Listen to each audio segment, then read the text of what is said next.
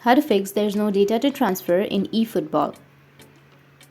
So if you want to fix there's no data to transfer in eFootball, then what you need to do is just follow the steps. So if you go with the menu on your eFootball and go with data transfer, which will be on the middle of your screen, which is right here, and you will have two options: transfer data linked to Google Play account or transfer data linked to Konami ID account, right? But if you try to transfer your data, then it will say that you cannot transfer your data, or there's no data to transfer.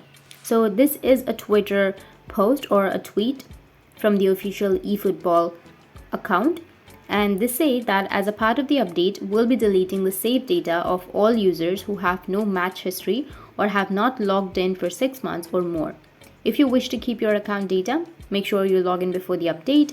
Check out the in-game news for further details. So it means that if you've not used your your ID for more than 6 months or for 6 months, then the newest update that eFootball gives you, that update will automatically delete all of your saved data if you don't have any match history or if you've not logged in for 6 months or more.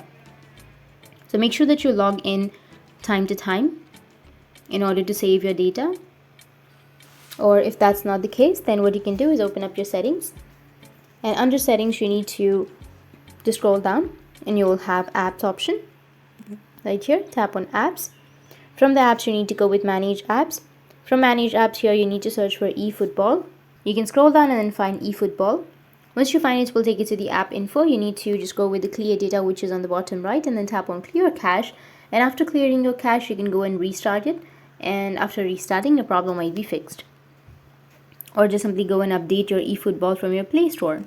That's how you can fix there's no data to transfer in eFootball. And if you have any questions, feel free to comment below. Thanks for watching.